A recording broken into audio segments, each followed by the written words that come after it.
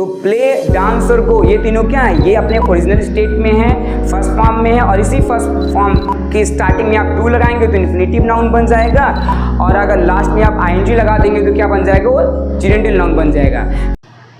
नमस्कार, this is Surendra Kumar Patel and I welcome you all to my YouTube channel English 2.0.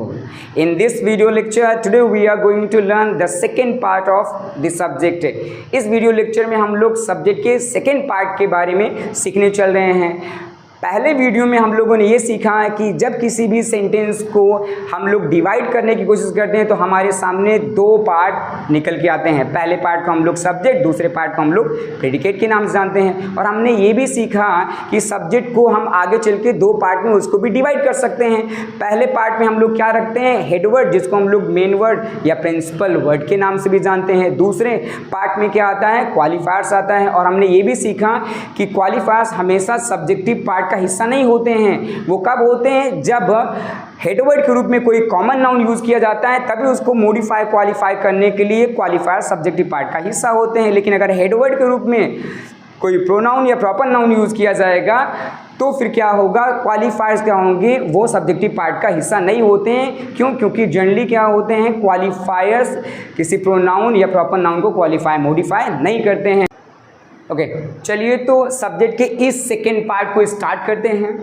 और subject के इस second part को स्टार्ट करने से पहले ना दो टाइटल को समझ लेते हैं, verbal nouns and dummy subject. Sir ये वर्बल नाउन और डमी सब्जेक्ट क्या हैं? तो कहने का मतलब ये है कि इन दोनों टाइटल के अंडर में कुछ ऐसे वर्ड आने वाले हैं, कुछ ऐसे शब्द आने वाले हैं जो शायद नाउन की तरह फंक्शन करेंगे, नाउन की तरह कार्य करेंगे, या तो प्रोनाउन की तरह कार्य करेंगे। और हमको ऑलरेडी ये पता है कि ऐसा कोई भी वर्ड जो नाउन की तरह फंक्शन करे या प्रोनाउन की तरह फंक्शन करे तो उनको सब्जेक्टिव पार्ट का हिस्सा माना जाता है। और सब्जेक्टिव पार्ट का हिस्सा किस रूप में माना जाता है, हेड वर्ड के रूप में माना जाता है। क्यों? क्योंकि हेड वर्ड, जिसको हम मेन वर्ड या प्रिंसिपल वर्ड के नाम से भी जानते हैं, उसी के रूप में हम लोग क्या प्रोनाउन या तो नाउन यूज़ करते हैं। ठीक है, तो चलिए पहले टाइटल के बारे में डिस्कशन कर लेते हैं। पहला टाइटल क्या है, वर्बल नाउन्स है। अब टाइटल से ही पता चल रहा है कि इस टाइटल में किसी नाउन की बात की गई है, और ऐसे नाउन की बात की गई है जो शायद वर्ब के स्पेशल फॉर्म से बनाए जाते हैं या वर्ब से ही बनाए जाते हैं। तो चलिए देख लेते हैं सर वो कौन से नाउन होते हैं, कैसे बनाए जाते हैं। सबसे पहले इसके टाइप्स देख लेते हैं। वर्बल नाउन्स टू टाइप्स के होते हैं, दो प्रकार के होते हैं। पहला हमारा इन्फिनेटिव, दूसरा हमारा क्या होता है, जीरेंड या जीरेंडियल नाउन होता है। ओके, ये बनते कैसे हैं? कोई भी आप एक्शन वर्ब ले लीजिए, कोई भी एक्शन वर्ब ले लीजिए, जैसे प्ले हो गया, डांस हो गया, टीच हो गया। ठीक है, और वो जो एक्शन वर्ब है वो हमेशा अपने ना बेस फॉर्म में, ओरिजिनल फॉर्म में होनी चाहिए। सर ये बेस फॉर्म ओरिजिनल फॉर्म क्या होता है?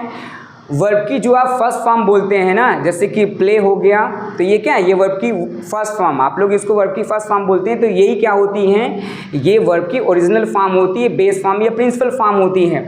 उसी वर्ब के फॉर्म में आप क्या लगा दीजिए, अगर टू लगाते हैं तो इन्फिनेटिव नाउन बन जाएगा, और लास्ट में आप आईएनजी लगा देते हैं तो जीरेंडियल नाउन या जीरेंड नाउन बन जाएगा।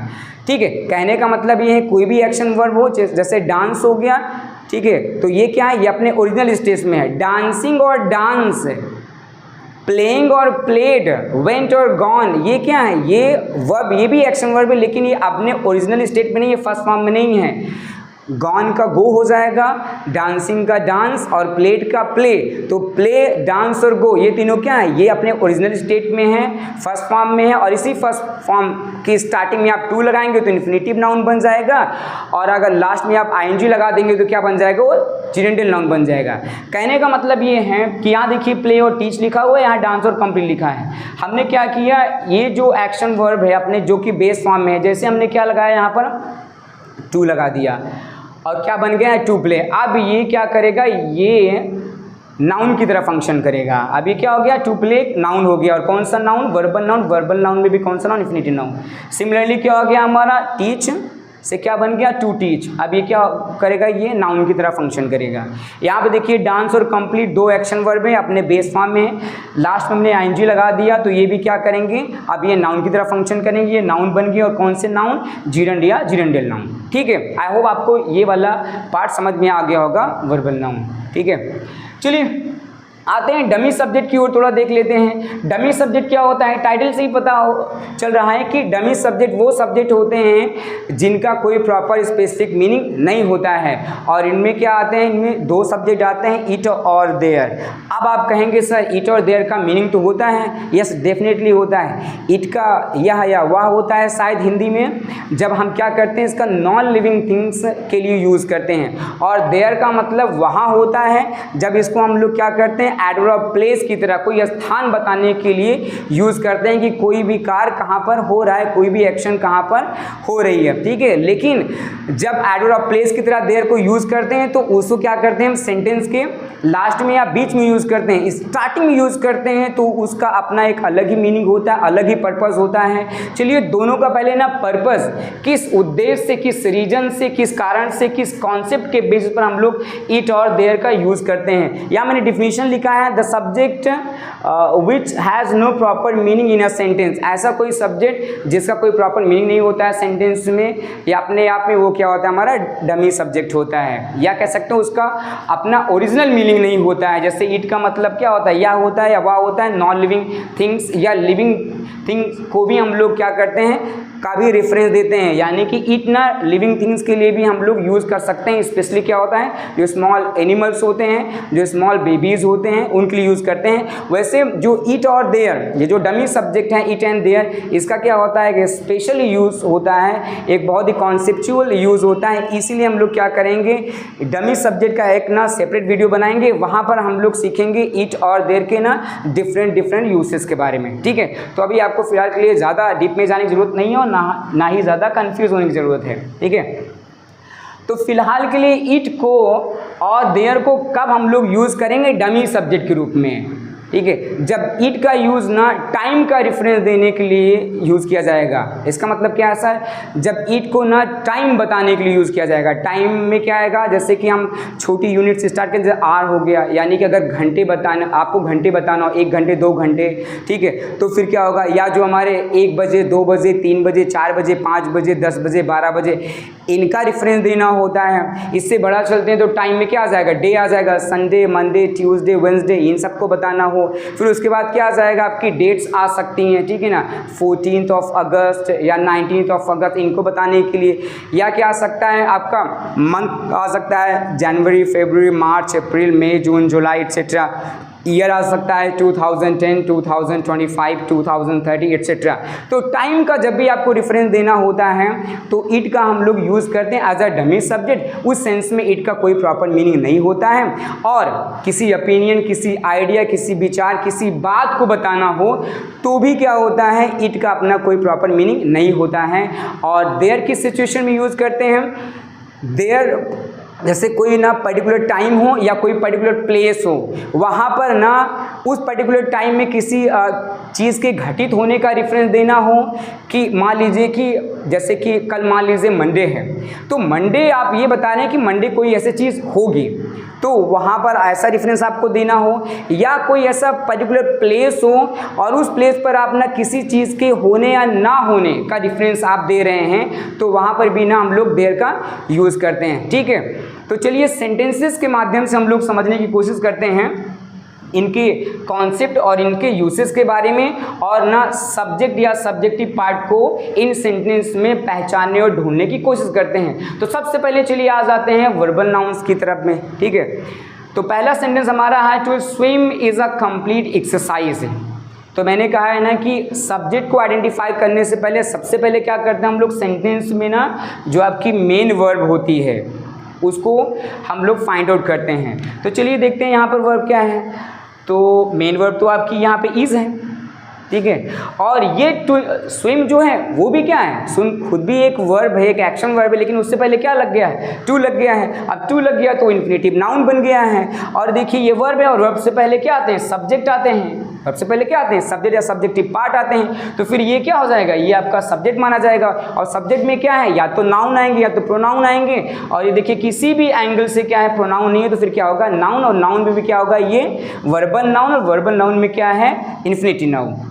कौन सा नाउन? Infinitive noun. ओके, चलिए moving to the next sentence. Next sentence की ओर चलते हैं। देखिए यहाँ पर अगेन वर्ब ढूंढेंगे हम लोग, तो ये आ जाएगा swimming is a complete exercise है। ठीक है, अगेन आपका यही वर्ब है। अब देखिए वर्ब से पहले क्या आएंगे? हमारा सब्जेक्ट आएगा, और सब्जेक्ट में क्या आएगा? नाउन आएगा, तो प्रोनाउन आएगा। स्विमिंग जो है किसी भी एंगल से क्या है? प्रोनाउन नहीं है, नाउन है। और कौन सा नाउन है? इसमें हमने आईएनजी लगा दिया। यहाँ पे देखिए स्विम, यहाँ पर भी स्विम है, यहाँ पे टू लगा दिया तो इन्फिनिटिव नाउन बन गया। यहाँ पर आईएनजी लगा दिया तो क्या बन जाएगा? नाउन तो बनेगा, लेकिन कौन सा नाउन बनेगा? जिरेंडल नाउन बनेगा। ठीक है, तो यहाँ पर जिरेंडल नाउन है और यहाँ पे इन्फिनिटिव नाउन है, दोनों के दोनों नाउन है, दोनों के दोनों क्या है? वर्ब से पहले आए हैं, सब्जेक्ट हैं। ठीक है, अगर हम डिफिनीशन के बेसिस पर अगर इनको हम फाइंड आउट करने की कोशिश करें तो भी हो सकता है। कैसे? एक डिफिनीशन कौन सी थी? जो सेकेंड वाली डिफिनीशन हम लोगों ने डिस्कस किया था, वो क्या था? The subject is the part of a sentence. तो डेफिनेटली क्या है? ये क्या है? सेंटेंस का पार्ट ही तो है ना। और क्या था? दैट इज स्पोकन ऑफ, जिसके बारे में बात की जाती है। तो इस पूरे सेंटेंस में देखिए किसके बारे में बात की जा रही है? यहाँ पर भी तैरने के बारे में बात की जा रही है और यहाँ पर भी तैरने के बारे में बात की जा रही है, और बताया जा रहा है कि swimming is a complete exercise, कि जो तैरना है वो क्या है? वो एक कंप्लीट एक्सरसाइज है। ओके, आई होप आपको ये समझ में आ गया। चलिए अगले सेंटेंस की ओर चलते हैं हम। To play cricket is my hobby, cricket खेलना क्या है? मेरी हॉबी है। अब अगेन आप यहाँ वर्ब ढूंढिए, तो यहाँ ये वर्ब है, इज है। और नाउन ढूंढेंगे तो यहाँ सर क्रिकेट भी नाउन है, और आपने कहा है किसी भी एक्शन वर्ब से पहले टू लगा देंगे तो टू प्ले ये भी नाउन है। सर दो नाउन कैसे आ गया? या ये अगर नाउन है तो नाउन से पहले क्या आते हैं? क्वालिफायर आते हैं, और वो क्या करते हैं? क्वालिफाई करते हैं। और क्वालिफायर्स में क्या आते हैं? हमारे डिटरमिनर्स आते हैं, एडजेक्टिव ऑफ क्वालिटी आते हैं, एडजेक्टिव फ्रेज या एडजेक्टिव क्लॉज आते हैं। उनमें से ये तो कोई है ही नहीं, ये तो सर नाउन है और ये भी नाउन है। अब क्या है? इस क्रिकेट जो कि अपने आप में एक नाउन है, एक गेम का नाम है, एक खेल का नाम है, उसको ये वाला जो नाउन है ये क्या क्वालिफाई करेगा क्या? लेकिन हमने तो अब तक यही सीखा है कि किसी एक नाउन को कोई दूसरा क्या होता है? एडजेक्टिव होना चाहिए तभी वो क्वालिफाई करेगा, कोई डिटरमिनर्स होना चाहिए तो क्वालिफाई करेगा। कुल मिलाकर के एक नाउन को क्वालिफायर ही क्या करते हैं? क्वालिफाई करते हैं। एक नाउन को कोई दूसरा नाउन नहीं करता है। तो सर ये कैसे पॉसिबल है? तो चलिए इसके लिए ना मैं आपको एक प्रैक्टिकल एग्जाम्पल के थ्रू समझाना चाहूँगा कि देखिए एक बहुत ही पॉपुलर शो आता है सोनी पर, द कपिल शर्मा शो। ठीक है, उसमें ज़्यादातर जो मेल कैरेक्टर्स होते हैं उनको ना फीमेल के कपड़े पहना करके उनसे फीमेल की एक्टिंग कराई जाती है। तो आप मुझे एक चीज़ ये बताइए कि अगर किसी भी फीमेल को या किसी मेल को, स्पेशली में हम मेल की बात करें तो मेल की बात करेंगे, किसी मेल को अगर ना फीमेल के कपड़े पहना दिया जाए तो क्या उसके मेल होने की क्वालिटी, मेन होने की जो कैरेक्टरिस्टिक होती है, क्या वो डिस्ट्रॉय हो जाती है, फिनिश हो जाती है? शायद नहीं। रहता तो अंदर से मेल ही है। By look and by attire by dress code तो वो क्या होता है? फीमेल की तरह दिखता है, लेकिन अंदर से क्या रहता है? अंदर से मेल रहता है, मेल की क्वालिटी अपनी बनी रहती है। ठीक है, तो वही केस यहाँ पर भी अप्लाई करेंगे। यहाँ देखिए क्या है? प्ले क्या है? आपने नाम सुना होगा दो वर्ब का, transitive and intransitive. Transitive verb वो वर्ब होती हैं जो क्या होती हैं? जिसका इफेक्ट, जिसका प्रभाव उसके ऑब्जेक्ट पे पड़ता है, किसी दूसरे वर्ड पे पड़ता है, और जिस पे पड़ता है उसको क्या बोलते हैं? उसका ऑब्जेक्ट कहा जाता है। ठीक है, तो ट्रांजिटिव वर्ब वो होती हैं जिसके साथ में क्या यूज़ किया जाता है? उसका ऑब्जेक्ट यूज़ किया जाता है। और इनट्रांजिटिव क्या होता है? उसका किसी दूसरे वर्ड पर क्या होता है? प्रभाव नहीं पड़ता है, उसका जो मीनिंग होता है अपने आप में खुद क्या होता है? क्लियर हो जाता है, इसलिए उसको ऑब्जेक्ट की ज़रूरत नहीं होती है। ऑब्जेक्ट क्या होते हैं? ट्रांजिटिव, इनट्रांजिटिव वर्ब क्या होती हैं? ये तो हम प्रेडिकेटिव पार्ट में पढ़ेंगे। ठीक है, तो देखिए प्ले क्या, फिलहाल के लिए प्ले आपका क्या है? ये आपकी ट्रांजिटिव वर्ब है। और आपका सॉल्विंग क्या है? इस लास्ट लेसन में ये भी क्या है? आपका ट्रांजिटिव वर्ब है। इसका मतलब ये देखिए ये आईएनजी लगा हुआ है, ये वर्बल नाउन है, जिरेंडल नाउन है, और ये वाला कौन सा नाउन है आपका? टू प्ले कौन सा नाउन? इन्फिनिटिव नाउन है। तो दोनों नाउन तो हैं, लेकिन ये वर्बल नाउन है, वर्ब से बने हुए नाउन है। मतलब इनमें ये कह दीजिए कि ये क्या है? ये मेल है, इनको हमने कपड़े पहना दिए हैं तो ये क्या है? फीमेल की तरह दिख रहे हैं, फीमेल की तरह दिख रहे हैं, और उस पर्टिकुलर टाइम में फीमेल की तरह एक्टिंग भी कर रहे हैं, फंक्शन भी कर रहे हैं, कार्य भी कर रहे हैं, लेकिन हैं तो अंदर से मेल ही ना, मेल की क्वालिटी है ही है। तो क्या मेल की क्वालिटी होने के नाते कुछ और भी तो हरकत कर सकते हैं? जैसे मान लीजिए किसी स्टेज पे कोई ड्रामा चल रहा है और वहाँ पर क्या होता है, कोई ऐसा सिचुएशन आ जाती है जिसको ना मेल ही हैंडल कर सकता है, तो उस सिचुएशन में क्या होगा, फिर वो अपने कपड़े उतार करके फिर क्या करेंगे, उस प्रॉब्लम को शॉर्ट आउट करेंगे, फिर उनके अंदर वाली जो उनकी ओरिजिनल कैरेक्टरिस्टिक है ना वो जाग जाती है। ठीक है, तो यहाँ पर क्या है, प्ले और सॉल्व, ये ट्रांजिटिव वर्ब है और ये ट्रांजिटिव वर्ब हैं, ट्रांजिटिव वर्ब से बने हुए क्या है, ये नाउन हैं। तो यहाँ नाउन की तरह तो फंक्शन कर रहे हैं, लेकिन इनकी एक क्वालिटी क्या है, इनकी एक क्वालिटी है ट्रांजिटिव वर्ब होने की भी है, और जब ट्रांजिटिव वर्ब होने की क्वालिटी है तो उसके बेसिस पे क्या लिख सकते हैं, ये अपना ऑब्जेक्ट ले सकते हैं। तो यही उन्होंने किया है। यहाँ पर टू प्ले जो है उसने क्या लिया है, अपना ऑब्जेक्ट क्रिकेट ले लिया है, और यहाँ पर जो सॉल्विंग है यानी सॉल्व जो है उसने अपना ऑब्जेक्ट डाउट लिया है। ठीक है, तो कहने का मतलब ये है कि ये पूरा का पूरा आपका क्या है, सब्जेक्टिव पार्ट है, सब्जेक्ट है। ठीक है, और यहाँ पर जो मेन नाउन है, आप जो टू प्ले है ये आपका है, यहाँ पर क्या है, यहाँ पर ये आपका मेन नाउन है, टू प्ले इन्फिनेटिव नाउन है, यहाँ पर ये है आपका जिरेंडियल नाउन है। ठीक है, आपका सॉल्विंग, लेकिन ये ट्रांजिटिव वर्ब से बना हुआ है। तो ट्रांजिटिव वर्ब क्या होता है, उसकी अपनी एक क्वालिटी होती है, वो अपना एक ऑब्जेक्ट लेता है, उससे कार्य का इफेक्ट है उसके ऑब्जेक्ट पे पड़ता है, उस क्वालिटी उस ट्रांजिटिव वर्ब होने के नाते इसने अपना नाउन क्रिकेट ले लिया है और इसने अपना नाउन क्या लिया है, डाउट लिया है। यहाँ पर जो स्विम है एक इनट्रांजिटिव वर्ब है, इसलिए इसने अपना कोई ऑब्जेक्ट नहीं लिया है। आई होप आपको समझ में आ गया होगा कि ये क्रिकेट और ये डाउट जो हैं इन दोनों नाउन के बाद में कैसे आए हैं। ठीक है, क्योंकि ये क्या है, ये वर्बल नाउन से, वर्ब से बने हुए नाउन हैं। ये पहले क्या है, पहले एक ट्रांजिटिव वर्ब है, उसके बाद में क्या है, ये नाउन है। तो ट्रांजिटिव वर्ब होने की क्वालिटी के बेसिस पे इसने क्या लिया है, यहाँ पर क्रिकेट और यहाँ पर डाउट लिया है। तो पूरा का पूरा सब्जेक्टिव पार्ट यहाँ से यह माना जाएगा। ठीक है, चलिए लास्ट वाले सेंटेंस में आते हैं। सॉल्विंग डाउट्स इज या आर नॉट माई रेस्पॉन्सिबिलिटी, यानी कि इस कोचिंग में मैं पढ़ाने के लिए आता हूँ, आपके दुनिया भर के ना डाउट क्लियर करने के लिए नहीं आता हूँ। तो यहाँ पर सेंटेंस उस सिचुएशन बना है कि सॉल्विंग डाउट्स इज या आर नॉट माई क्वालिटी। अब बताइए यहाँ पर इज होगा कि आर होगा, तो आप बोलेंगे सर यहाँ पर ये जो डाउट्स है ये तो प्लूरल लग रहा है। ठीक है, उसके अकॉर्डिंग आर होगा, तो डेफिनेटली आर नहीं होगा, यहाँ पर आर नहीं होगा।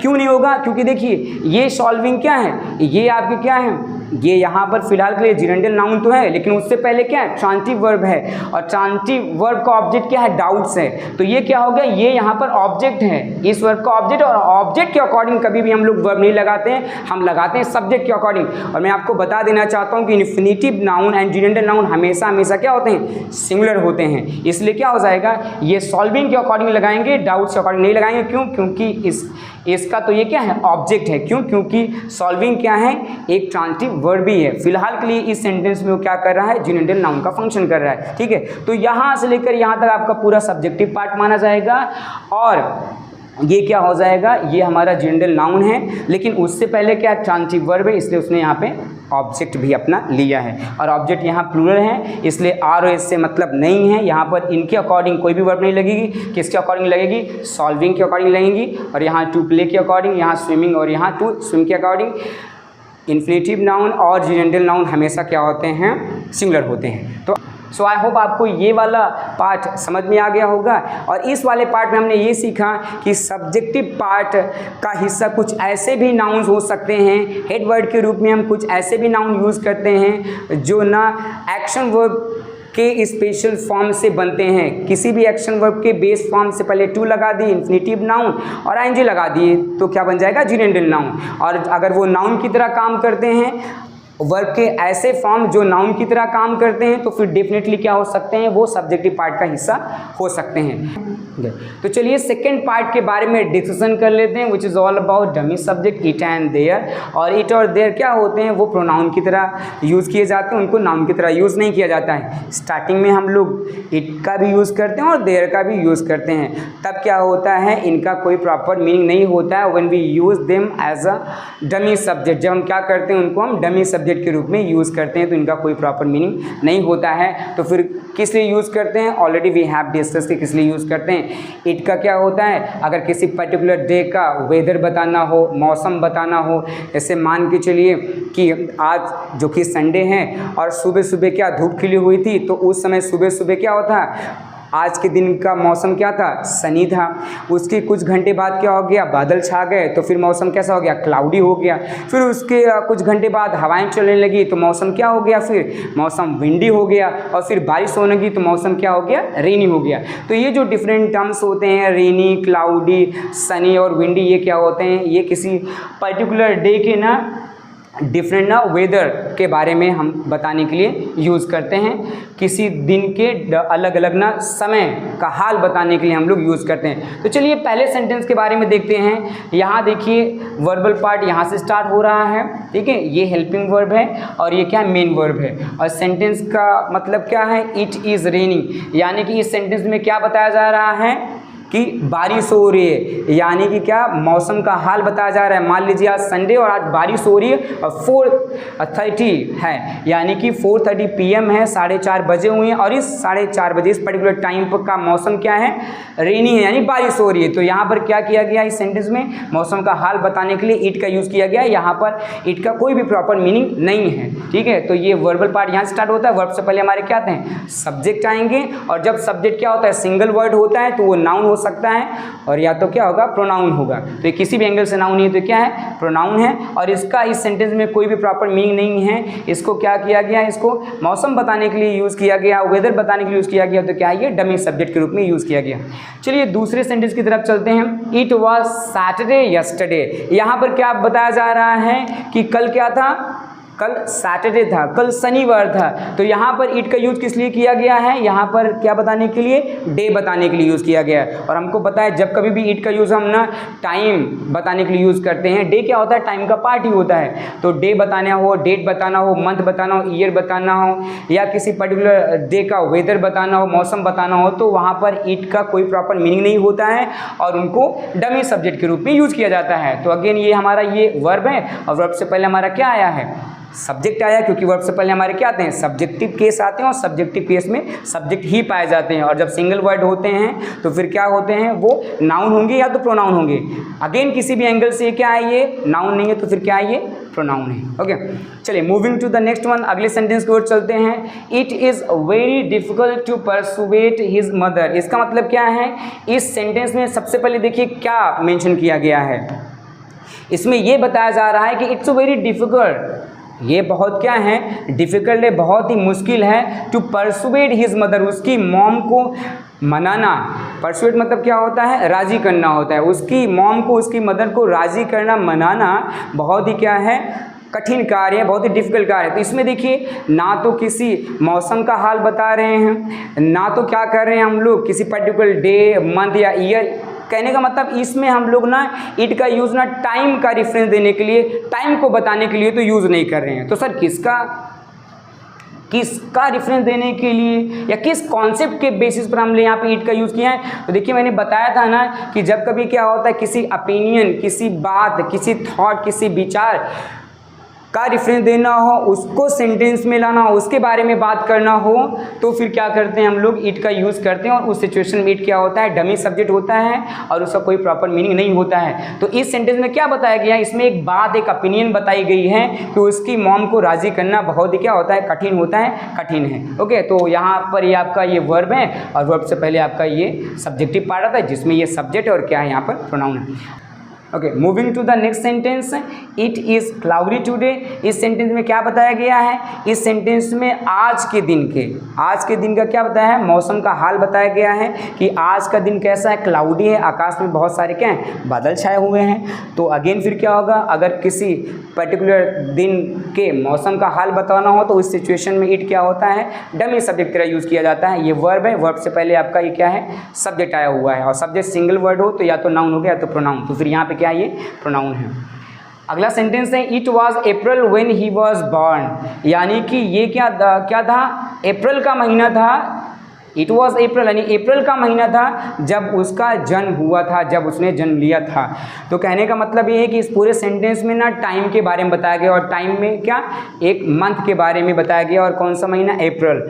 अब यहाँ वर्ब ढूंढेंगे तो बोलेंगे सर ये वॉज, ये भी वर्ब है और ये भी वर्ब है। तो सब्जेक्ट कौन है, सब्जेक्टिव पार्ट कौन है? तो ध्यान से देखिए, आपका ये एक वर्ब है और वर्ब से पहले क्या इट आया है, तो इस वर्ब का ये सब्जेक्ट है। और यहाँ देखिए वॉज है, वॉज से पहले ही आया तो इसका ये सब्जेक्ट है। लेकिन देखिए पूरा का पूरा सेंटेंस यहाँ फिनिश हुआ है। तो इसका मतलब ये है कि इस सेंटेंस के ना दो डिफरेंट पार्ट है। जब सेंटेंस के दो डिफरेंट पार्ट हो जाते हैं तो एक ना लॉन्ग सेंटेंस माना जाता है, और वो फिर क्या होगा, या तो कंपाउंड होगा या तो कॉम्प्लेक्स होगा। तो फिलहाल के लिए क्या ये कॉम्प्लेक्स सेंटेंस है। और यहाँ देखिए जो अप्रैल है ना, उसको ना डिफाइन करने के लिए, उसको क्वालिफाई करने के लिए, उसके बारे में एडिशनल पीस ऑफ इंफॉर्मेशन देने के लिए यहाँ पर इस पूरे क्लॉज व्हेन से लेकर यहाँ तक इस पूरे सेंटेंस को यूज़ किया गया है। और ये क्या कर रहा है, इस अप्रैल के महीने के बारे में हमको अतिरिक्त जानकारी दे रहा है। कहने का मतलब ये है कि ये पूरा का पूरा क्या है, यहाँ से लेकर एक सेंटेंस है, और बड़े से सेंटेंस में जो सेंटेंस छोटे छोटे होते हैं उनको हम क्या बोलते हैं, क्लॉज बोलते हैं। और ये वाला सेंटेंस यहाँ से लेकर यहाँ तक व्हेन ही वॉज बॉर्न, ये क्या काम कर रहा है, ये अपने से आए हुए पहले वर्ड अप्रैल के बारे में हमको एडिशनल पीस ऑफ इंफॉर्मेशन दे रहा है, कह सकते हैं क्वालिफाई मॉडिफाई कर रहा है। तो ये एक एडजेक्टिव की तरह काम कर रहा है। तो यहाँ पे क्या होगा, ये एडजेक्टिव क्लॉज माना जाएगा। ठीक है, तो आपकी जो मेन वर्ब है इस सेंटेंस की, आपकी ये वॉज है, वॉज से पहले क्या है, इट आया हुआ है, और इट क्या है, अगेन आपका क्या है, सब्जेक्ट है, और सब्जेक्ट में क्या है, प्रोनाउन है। ठीक है, चलिए अगले सेंटेंस में आते हैं। There were 90 student in 12th standard और there is no water in this bottle and there will be no lectures on Monday. तो देयर, अब हम ना सब्जेक्टिव पार्ट में ना देयर को मेंशन करने चले हैं। और ऑलरेडी वी हैव डिस्कस थी व्हाई वी यूज़ देयर। हम ऑलरेडी डिस्कशन कर चुके हैं कि हम लोग ना देयर को क्यों यूज़ करते हैं, किन कॉन्सेप्ट से। फिर भी मैं एक बार आपको याद दिला देना चाहता हूँ कि अगर आप किसी ऐसे पर्टिकुलर टाइम या किसी ऐसे पर्टिकुलर ना स्थान का रेफरेंस देने जा रहे हैं और उस पर्टिकुलर टाइम के अंदर या उस पर्टिकुलर स्थान पर किसी चीज़ का होना या ना होना बताने जा रहे हैं, तो फिर क्या हो जाएगा, वहाँ पर आप देयर यूज़ करेंगे। ठीक है, कहने का मतलब ये है कि जैसे मान के चलिए कि एक टोकरी है और टोकरी में क्या है, 15 एप्पल रखे गए हैं। तो फिर आप क्या बताएंगे, टोकरी जो बास्केट है that is going to be a place, वो क्या होने वाला है, वो प्लेस होने वाला है। और उस स्थान पे किसका होना पाया जा रहा है, 15 एप्पल्स का होना पाया जा रहा है। जैसे तो कैसे सेंटेंस बनेगा, there are 15 apples in the basket. और जो देयर के बाद सिंगुलर वर्ब यूज़ होगा, इज़ यूज़ होगा, वॉज होगा, आर होगा, कि वर्ब होगा, कि प्लूरल वर्ब यूज़ होगा, ये डिफाइन कौन करेगा, सेंटेंस में किसके बारे में आप बात कर रहे हैं। देयर डिफाइन नहीं करेगा। इट तो मान लीजिए सिंगुलर होता है, इसके साथ सिंगुलर लगाते हैं, लेकिन देयर के साथ सिंगुलर भी यूज़ कर सकते हैं, वर्ब को हम प्लूरल भी यूज़ कर सकते हैं। ये डिसाइड और डिफाइन करेगा कि उस सेंटेंस में किसके बारे में आप बात कर रहे हैं। ठीक है, तो वही डिसाइड करेगा। Look at the very first sentence, there were 90 student in 12th standard, यानी 12th स्टैंडर्ड में 90 स्टूडेंट थे। मान के चलिए कि 12th स्टैंडर्ड क्या है, 12th स्टैंडर्ड यानी कि 12th क्लास क्या है, वो आपका एक कोई प्लेस है और एक समय हुआ करता था जब उस 12th स्टैंडर्ड में, ठीक है, उस 12th क्लास में क्या था, 90 स्टूडेंट हुआ करते थे। तो यहाँ पर क्या बताया जा रहा है, यहाँ 12th स्टैंडर्ड में 90 स्टूडेंट का होना बताया जा रहा है। ठीक है, तो चलिए सब्जेक्ट फाइंड आउट करते हैं। यहाँ पर ये आपका वर्ब है। अब देखिए ये जो वर्ब है ये वॉज ना यूज़ करके यहाँ पे ना वर्ड लगा हुआ है। मैंने पहले ही बताया है कि ये सिंगुलर होगा कि प्लूरल होगा, कौन डिसाइड करेगा, इस सेंटेंस में किसके बारे में बात की जा रही है वही डिसाइड करेगा। तो किसके बारे में बात की जा रही है, 90 स्टूडेंट के बारे में बात की जा रही है। और 90 स्टूडेंट क्या है, सिंगुलर ना होकर क्या है, प्लूरल है, इसलिए यहाँ पर क्या लग जाएगा, वर्ड लग जाएगा। तो इसलिए हमारा फाइनल सेंटेंस क्या बना, there were 90 student in 12th standard 12th class. ये आपका वर्ब हो गया। वर्ब से पहले क्या है, सब्जेक्ट आता है। अब सब्जेक्ट अगर एक वर्ड हो तो क्या होगा, या तो नाउन होगा या तो प्रोनाउन होगा। और किसी एंगल से क्या है, ये नाउन नहीं है, क्या है, प्रोनाउन है। प्रोनाउन में भी क्या है, ये आपका प्रोनाउन में भी क्या है, ये इसको बोलते हैं हम लोग इंट्रोडक्टरी सब्जेक्ट। जब देयर को स्टार्टिंग में यूज़ किया जाता है तो उसका क्या नाम दिया जाता है, उसको इंट्रोडक्टरी सब्जेक्ट है। ठीक है, तो यहाँ पर ये क्या है, देयर इंट्रोडक्टरी सब्जेक्ट है। यहाँ पर क्या कर रहा है, कहीं ना इसका केवल इंट्रोडक्शन करा रहा है, जिसके बारे में बात हो रही है उसको केवल इंट्रोड्यूस कर रहा है, अपना कोई भी प्रॉपर मीनिंग नहीं रख रहा है यहाँ पर। ठीक है, चलिए moving to the next sentence, there is no water in this bottle. अब ये जो बॉटल है ना, bottle is going to be a place. Bottle क्या है, एक प्लेस है। दिस बॉटल मतलब यह बॉटल जो है क्या, एक प्लेस है। और यहाँ पर क्या बताया जा रहा है, पानी ना होना बताया जा रहा है, ठीक है। किसी चीज़ का ना होना मतलब पानी, चीज़ यहाँ पे क्या है, what is the thing over here, यहाँ पर वाटर क्या है, थिंग है, और इसके इस बॉटल जो कि क्या प्लेस है उसमें ना होना बताया जा रहा है कि इस बॉटल में बिल्कुल भी पानी नहीं है। और वाटर क्या होता है, अनकाउंटेबल नाउन होता है। अनकाउंटेबल नाउन क्या होते हैं, सिंगुलर होते हैं, इसलिए हमने क्या लगाया यहाँ पर इज लगाया, क्योंकि इस सेंटेंस में किसके बारे में बात की जा रही है, वाटर के बारे में। और वाटर क्या होता है, अनकाउंटेबल नाउन होता है, उस कारण से हमने इज लगाया, सिंगुलर वर्ब लगाया है। और वर्ब से पहले सब्जेक्ट, और सब्जेक्ट के रूप में क्या आएंगे, नाउन या प्रोनाउन आते हैं। अगर सिंगुलर टर्म होता है, सिंगुलर वर्ड होता है, तो यहाँ देखिए अगेन क्या देयर यूज़ किया गया है, और देयर क्या यहाँ पर इंट्रोडक्टरी सब्जेक्ट की तरह यूज़ किया गया है। लास्ट सेंटेंस की तरफ आते हैं, there will be no lectures on Monday, there will be no lectures on Monday. Last sentence में देखिए कोई प्लेस की बात नहीं की गई है, बल्कि क्या बात कही है, किसी पर्टिकुलर टाइम की बात की गई है। कौन से टाइम की बात कर गई है, मंडे की बात कही है, एक पर्टिकुलर डे की बात की गई है, और ये बताया जा रहा है कि इस पर्टिकुलर टाइम में, इस पर्टिकुलर दिन में कोई लेक्चर्स नहीं होंगे, कोई पढ़ाई नहीं होगी, ठीक है। हो सकता है इस दिन क्या हो, टेस्ट कंडक्ट कराया जाएगा, ठीक है, सारे सब्जेक्ट में टेस्ट लिया जाएगा।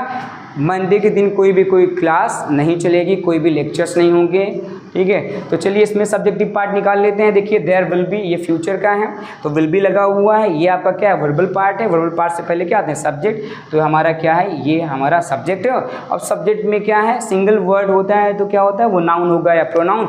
किसी भी एंगल से ये नाउन नहीं है तो क्या है, ये प्रोनाउन है। प्रोनाउन में भी कौन सा प्रोनाउन है या कौन सा सब्जेक्ट कह सकते हैं, डमी सब्जेक्ट है या क्या है, क्यों, क्योंकि इसका कोई प्रॉपर मीनिंग नहीं है। और कह सकते हैं कि देयर यहाँ पर क्या इंट्रोडक्टरी सब्जेक्ट है, क्यों, क्योंकि जिसके बारे में बात की जाती है ना, उसको ये इंट्रोड्यूस कराता है। Okay okay, so this was all from my side in terms of subjective part. तो मैंने अपनी ओर से तो सब्जेक्टिव पार्ट को बहुत ही डिटेल में डिस्कस करने की कोशिश की है, सब्जेक्टिव पार्ट के पहले वीडियो लेक्चर में और सब्जेक्टिव पार्ट के इस वीडियो लेक्चर में, ठीक है। अगले वीडियो लेक्चर में हम लोग क्या आएंगे, हम लोग कुछ ना एक्सरसाइजेस लेंगे, और उस एक्सरसाइजेस में हम लोग ना सब्जेक्टिव पार्ट को फाइंड आउट करने की कोशिश करेंगे। कुल मिलाकर के वो वाला जो हमारा पार्ट होगा, अगला जो पार्ट होगा, that will be all about taking our test है। वो क्या होगा, वो हम लोग अपने आप को क्या करेंगे, टेस्ट करेंगे कि हमने इन दोनों वीडियो में कितना सीखा है। तो फिर एक कॉन्सेप्ट के बारे में और बात करेंगे, और वो कॉन्सेप्ट कुछ खास नहीं है, वो क्या है, that is all about the types of subject है। सब्जेक्ट के टाइप भी होते हैं, और उसी वीडियो में, उसी एक्सरसाइज में हम लोग पढ़ेंगे कि वो सब्जेक्ट के कौन कौन से पॉसिबल टाइप्स हो सकते हैं। ओके, तो चलिए मिलते हैं नेक्स्ट वीडियो में। Till then eat healthy and stay healthy.